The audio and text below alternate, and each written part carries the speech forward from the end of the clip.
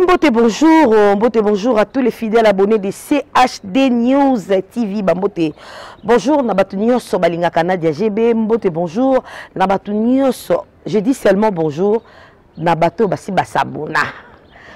Si tu n'es pas encore abonné à CHD, allez-y rapidement pour Nadia GB Fapeson. Bisous, voilà.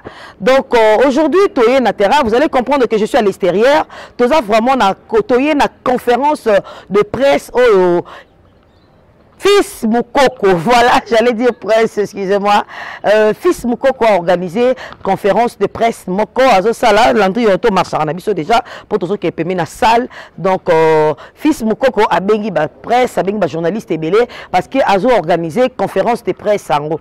Conférence de presse, je lui ai posé la question, tant c'est Fils Moukoko, conférence de presse en gros, c'est dit à quoi? Si j'ai Nini O Kolobela, si j'ai Jean-Marc Kabound. Ah! Fils Moukoko. Yo bongo abi oui Nadia, donc je dois parler parce que Jean-Marc Kabound dans ça le logo ma belle. Donc voilà pourquoi bon moni biso to kiti vraiment na terrain à toi na balabala to marché to ke ko kota na salle place conférence de presse ezali to mekampe ko yoka ye quand quelqu'un vous appelle comme ça pour asola na bino il faut quand même ko pese matoi yango caméra na biso ya CHD News ekiti na terrain poto meka koyoka Fils Moukoko toyoka eloko nini alingi a expliquer peuple congolais oyo baza na mboka pe ba oyo bazaka libanda ya mboka à suivre.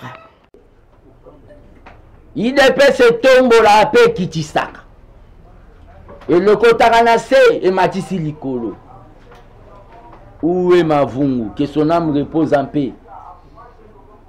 L'air à Bunga et au Kiti Sakina. Fati passera. Moi je vais passer. Tout le monde passera, mais base égotique à la base. Les parlementaires de Bouba Otikala.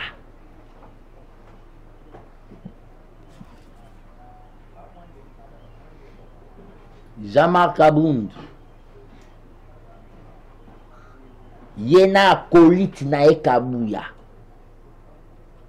Ce sont des assassins. Il y a eu des pestes.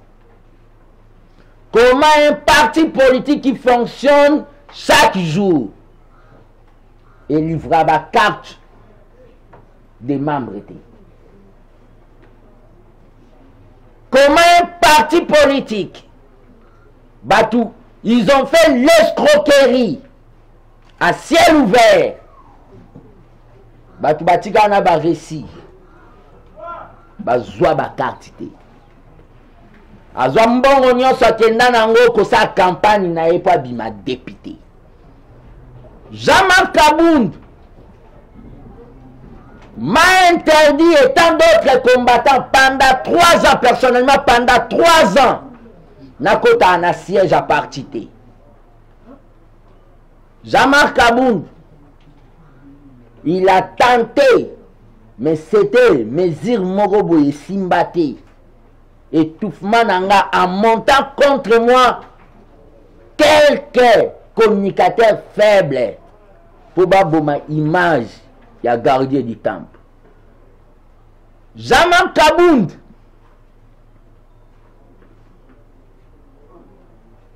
il a tenté de me remplacer, le Benjamin de la présidence du parti. Pour arriver qu'il soit été dans l'élection avec Jekoko à Oubima député. Jekoko c'est mon frère. Je n'ai pas de problème. Jean-Marc Kabound Salaba calcul. Jean-Marc Kabound. Bino bato bo pesa ke bambongo na bino pour na dossier tel bo kende dia ko senge, ça n'engage pas l'IDPS. Bino bato bo kenda na bureau ne privé bo kende déjà ko senge na bato mo capitaine ala moko bazami balete. L'église catholique n'est pas à Moko. Jean-Marc Kabound voulait a mené la République comme si il y avait des vice-présidents net na Tanzanie. Il s'est considéré vice-président. Ndoto, il a coûté les mains. Jean-Marc Kabound s'est considéré vice-président net na Zimbabwe.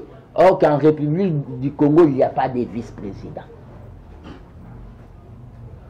Jean-Marc Kabound ba acte à Salaki. Abanda ko salango depuis Kala. Abanda ko salango depuis Kala. Atobola ba pine.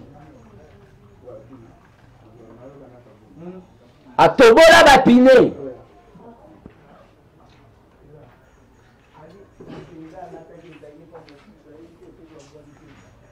Atobola ba pine.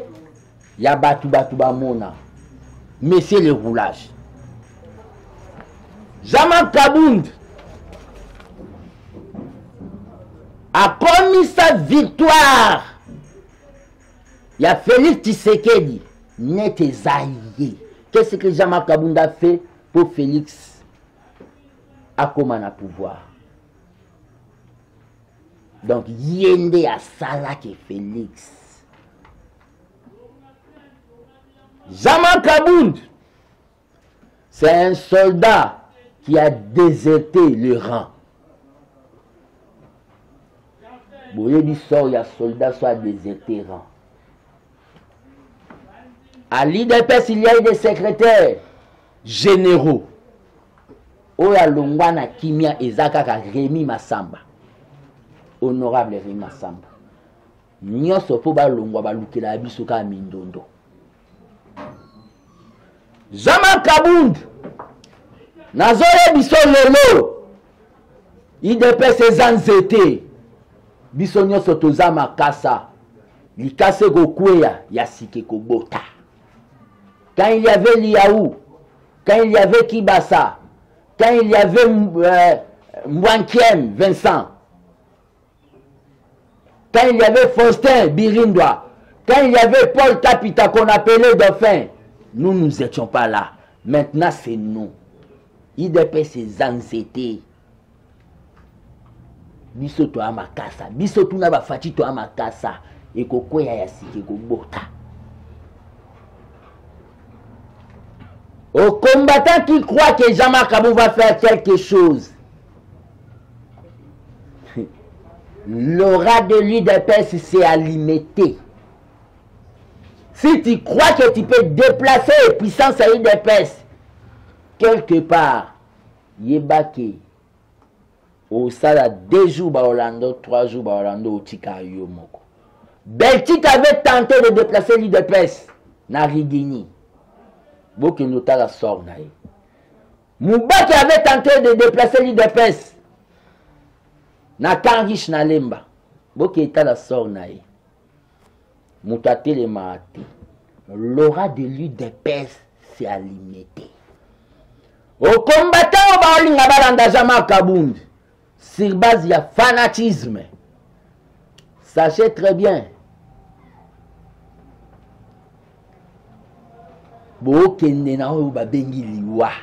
Politiquement. Vous savez le sort de combattant Balandara Chibala. Vous savez le sort de combattant Balandara Chibala.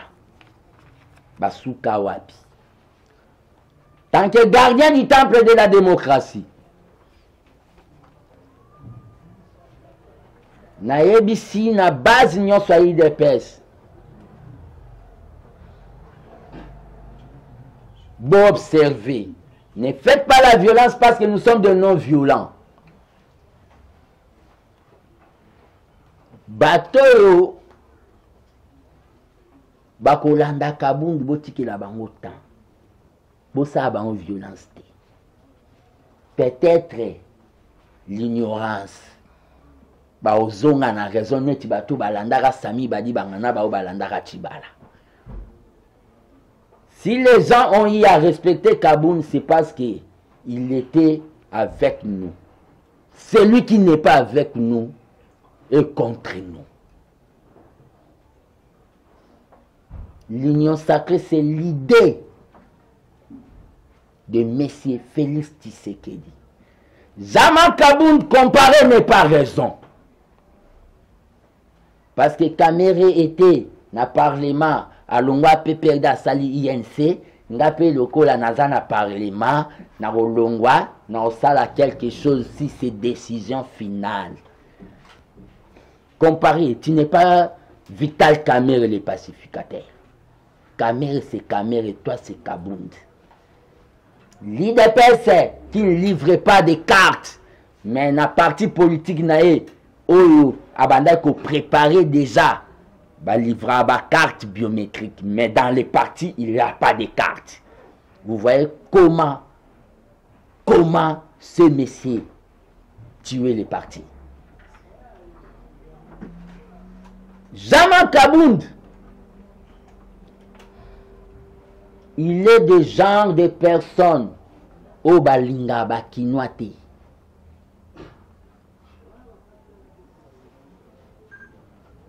À tout moment, bino bakinoa bomi monaka, bino bakinoa alinga bakinoate. C'était un complexé. C'est un complexé.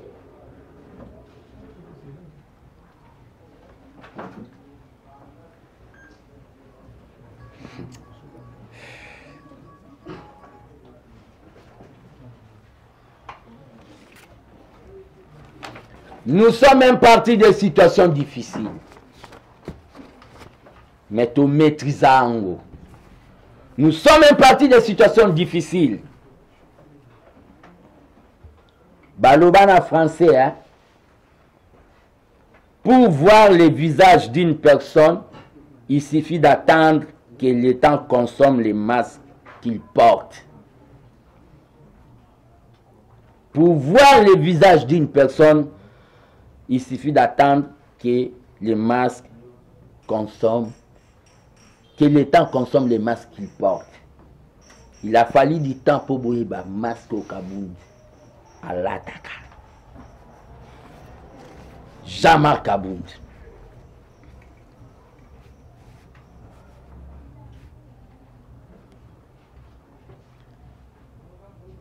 Quand j'avais fait prophétie sur Kabound, Nakangaki Lokomo Tshisekedi le père Aïb Sanga, la vérité est une arme invisible qui frappe tôt ou tard. Wana le père, là j'avais 18 ans, Léonard Ounamande Fapembe. La vérité est une arme invisible qui frappe tôt ou tard. Nazalai calme. Tous contre un mais Nazalai calme. Il m'a verrouillé, il avait instruit dans le président du Parlement de Bounion Sobayamba Angati.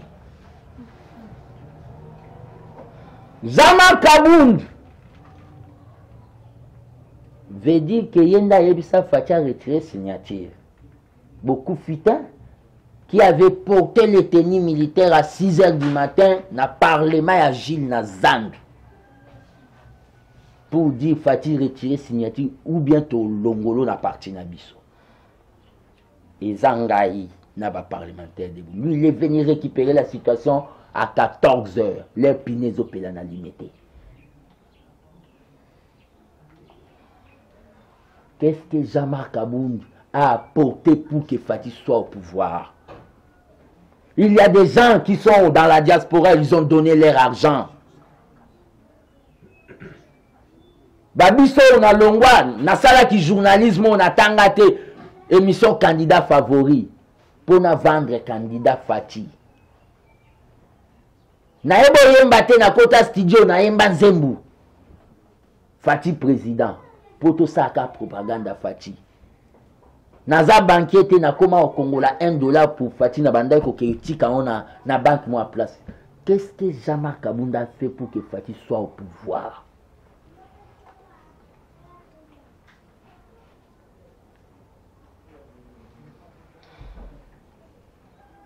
Nganga oyo okendaka obomba mokonzi ya mboka ndenge bangoindu babombaka Mobutu kisi na ye esili lelo. Fati aza de Nazareth. C'est Fati de Nazareth qui s'est poli. Nous attendons votre démission à main ouverte. Et votre démission dans les partis. Et après suivra votre auto-exclusion. Déjà dans l'âme de combattant, la mité ma combattant, on a déjà auto-exclu.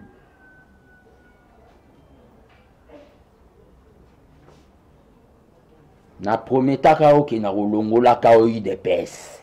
Na prophétie il y a une année. Lelo longwe. Auto-exclu du parti. L'IDPS.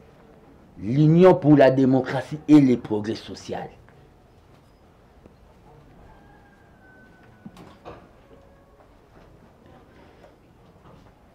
Je suis étonné de voir Papa Mbosso se rabaisser jusqu'à ce niveau. Je suis très étonné. Une institution comme Assemblée et que ne bonde la un individu n'andakunaï. Papa Mbosso, vous devez arrêter avec ce genre d'actes.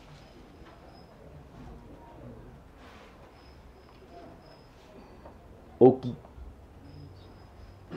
S'occuper na ba loi na ba bidjo bo votaka kuna ensemble. Pas d'ingérence na ba problème na so ya eu de peste. Dans l'union sacrée, il y a des compétences. Oh bah remplacer Kaboul na poste. S'il vous plaît Papa Mbosso.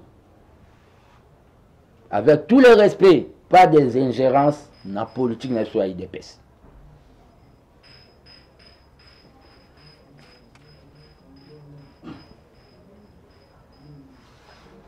Jama Kabound azalaki obabengi mutoyo alinga te lumière à bato ebima koboma ba lumière.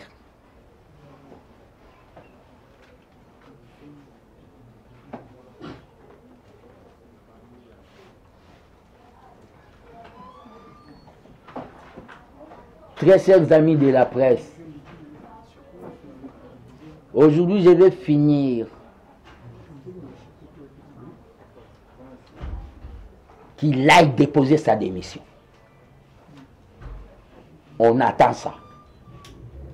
S'il ne dépose pas la démission, je demande aux députés de l'Union sacrée de prendre leurs responsabilités. Va destituer, il sera humilié. Il sera très humilié qu'il dépose sa démission. Il a trahi.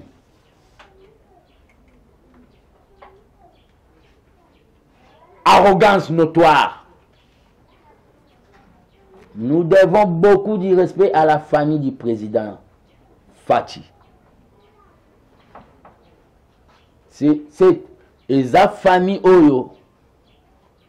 Pendant combat ya papa na bango. Lelo bakangie batindie mbandaka, lelo bakangie batindie kisangani, lelo bakangie batindie relégation, lelo bakangie boyebi comment ba la traumatisé. Maman Marc tanso azaba maman mususu maboya Tshisekedi. Eh pona makamna politique na boyo mais azalaki toujours na Tshisekedi. Bana traumatisé. Bande kwa Fati ba Roselyne Mbombo ba Daniela na poto balingaka te kokende pour chasser par o babengi pouvoir. Pourquoi s'attaquer na famille ya président? Est-ce que vous avez vu Christian Tshisekedi malgré qu'il est le petit frère du président? Ko sala ba trafic d'influence des zoa bande ko sala. Président a dit ça, moto. Dès qu'il a pouvoir, a solo na ba combattant ake ko sula bango famille na bango ya bakwa tombolo esi bango muto na komona na ba trafic d'influence aye ba kenga na eto ko risquer to pesa na mbote te pendant 5 ans pouvoir.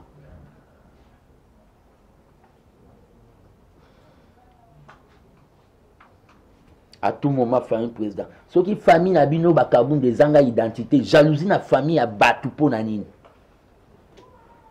Créer identité à famille na bino. Ndenga na créer identité ya famille ba mukoko. Yoka ko s'attaquer na famille ba tupo na nini.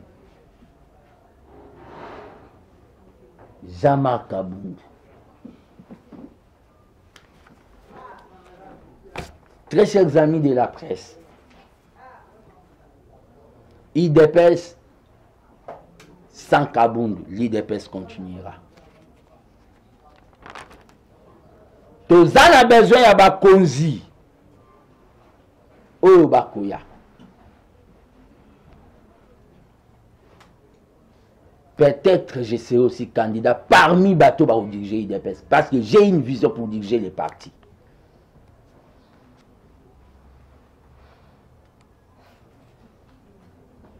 Si la base me pousse.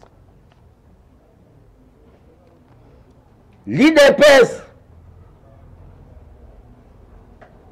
il faut que mon conduit au sala été.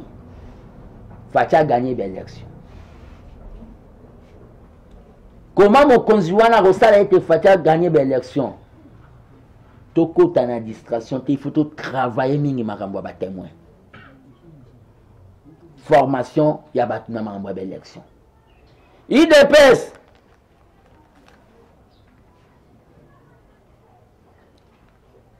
il faut se doter. Il faut payer IDPS imprimerie ultra moderne pour préparer la bilan à visibilité na biso. IDPS, il faut créer au babengi caisse, il y a sécurité sociale, il y a des combattants. Misère et l'équipe ma casse. Pas un bon à l'État, dans l'organisation. IDPS, il faut ça là au Bengi. Dans chaque fédération, télévision et radio, les peuples d'abord. IDPS,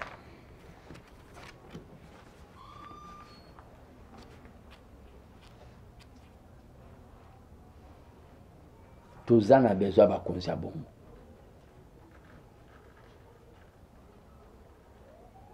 Jean-Marc Kabound.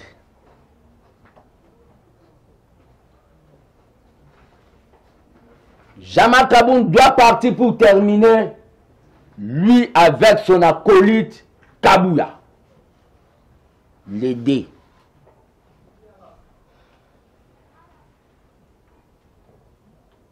Kabouya. Corbillard à secrétaire général.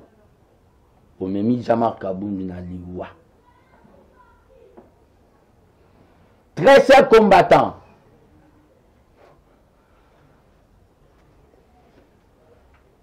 Ngam na banda kota ba réunion na ba toye bani. À l'équité parlementaire de Boyo Zolandangai. Vous constatez que kanga ilongi non, wana za intimidation. Vous constatez intimidation. Un homme fort, c'est comme Félix Asekaka. Excusez-moi aussi, c'est comme aussi Kabila. Ce sont des hommes forts. Alors c'est cas. Ce monde mouta kanga ilongi bo intimidation. Intimidation faible d'esprit d'Engazana. A comme l'ingas qui va quitter la stade, qui ne peut déposer administration, Zakuna n'a parlé du peuple, c'est la démission. Sinon, vous avez humilié.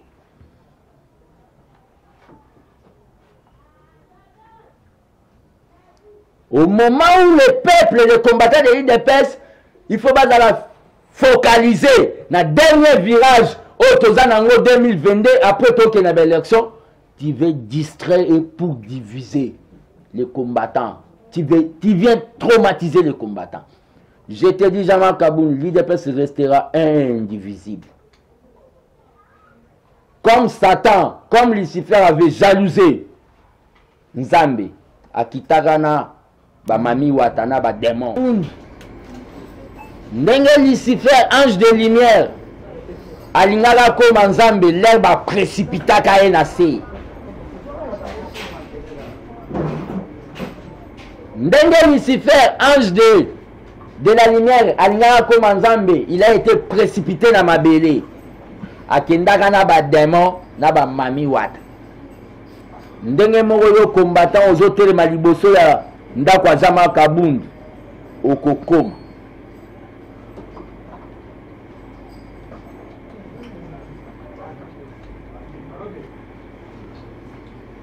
J'ai dit et je vous remercie. Jean-Marc Kabound banomarae et pas Tshisekedi la décision 007 ndenge anomaka Félix secrétaire général adjoint na ndenge anomanga secrétaire national chargé des déploiements des troupes et animation. Il y a décision moko. Jean-Marc Kabound, nous avons lutté ensemble naïe Bola Mwasala. Nous avons lutté ensemble naïe poto mema Félix na pouvoir mais baloba boye na mabe moko kosala atosala ki malamu 1000 et ko effacer 1000 malamu sala, c'est biblique. Atosali 1000 malamu soko sali mabe moko yeba ke mabe moko na et ko effacer tout et le comme Jean-Marc Kabound. Jean-Marc Kabound a failli la mission naïe. Tu serais d'après Sarabiso, 3 missions. L'unité du parti, tout ça la naïe. Bissonio n'a pas président Félix. Conquérir le pouvoir, te conquérir le pouvoir. En conservant le pouvoir, Jean-Marc Kabound a déserté. Il mérite. Jean-Marc Kabound, Bissonio soba compagnon ya président Félix et Sengelito se comportait net Che Guevara Pembe na Fidel Castro. Malgré qu'il était fort, mais il respectait Fidel Castro comme président du Cuba.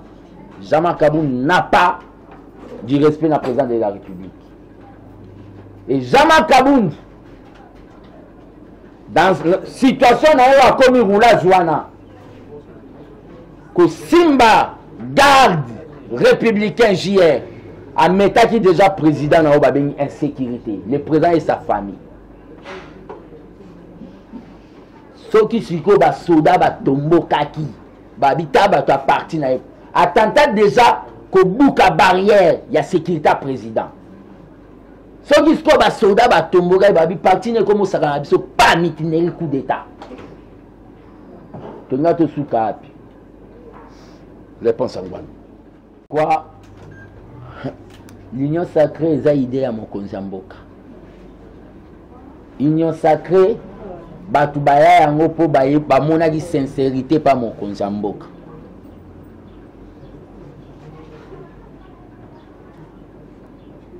Jean-Marc Kabound. Est-ce que vous voyez que IDPS qui basana IDPS qui serait dit ezana na makanisa président Zaki fait sangana to comment il dépêche moko muta bloquer ngeza Jean-Marc Kabound conflictualité auto de faire mon IDPS ko tagana ba président Moïse Katumbi na ba président Jean-Pierre Mbemba, ça a toujours été Jean-Marc Kabound. Jean-Marc Kabound ne veut pas les hommes forts pemenya mokonzamboka. Union sacrée ezaba député oyo babengaka ba député révolutionnaire nde basala. Ce n'est pas Jean-Marc Kabound, ce n'est pas lié. Eza yete mutasa union sacrée, eza yete le combat naïe combat eza yete, c'est le combat de tous les combattants. C'est le combat de tous les combattants.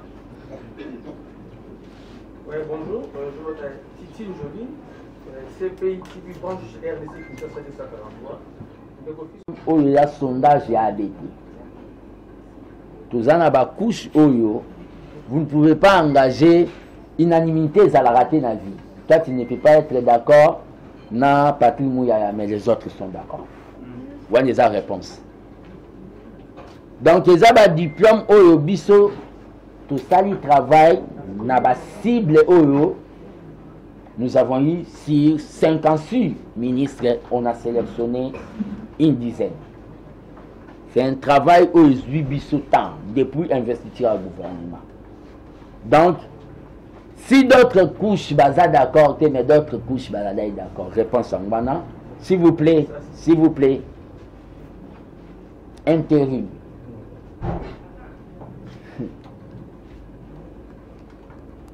Violation statut UDPS. Mandat spécial. Quand Kaboun, comme il a déjà tombé, Kaboul va tomber, AI va tomber, président de Ligue des jeunes, AI tombe, Ligue des femmes.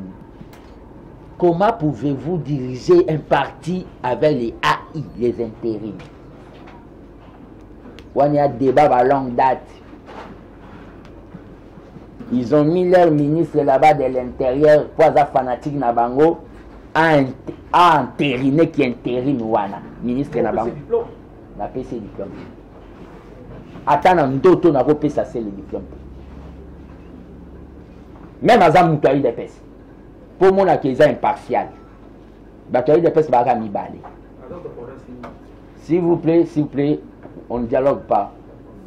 Deuxième éloque au diaspora, au lobby. Côté aspect, il y a le pays côté à Kaboul. Les gens veulent savoir, n'a pas de naka, il y a quoi comme un secrétaire général de l'IDPS, n'a ce qu'il y a comme la province ni d'origine. Il a trompé au président de la République, il a trompé à Tshisekedi qu'il était Katangé. Amouta lui ça. Kasaï central. Au moins, Moutoupo a changé d'identité. Moutou Kasaï central, mais à cause de Katangé. Question. Trop. L'IDPS d'abord, pour se maintenir au pouvoir, bisomoto à la opposition, bisomoto à la pouvoir.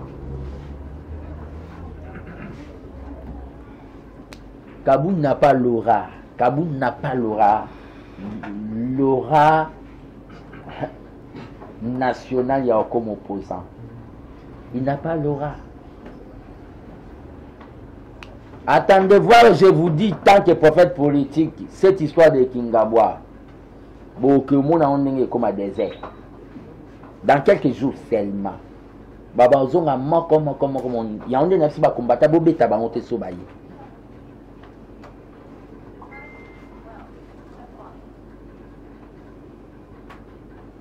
Je ne me suis pas vanté. Les gens savent.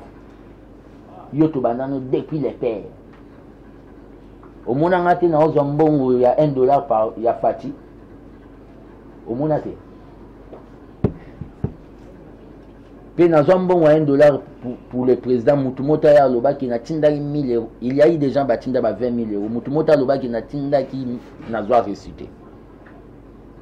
Au monde en il y a Fati présenté. Naïbo Binate na Obina. Au monde en au mon émission candidat favorite, ils ont Marambo et Salama.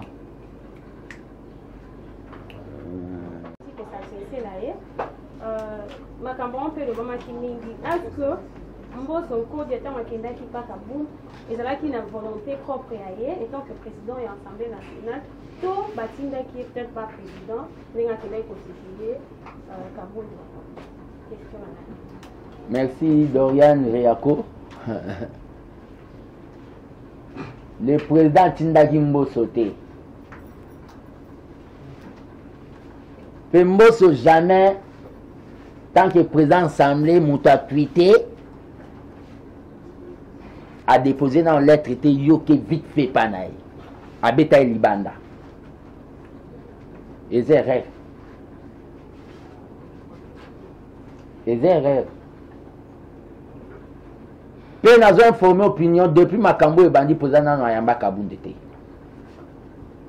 bato ne oyo baokoma na Facebook baokosa bato ayamba ete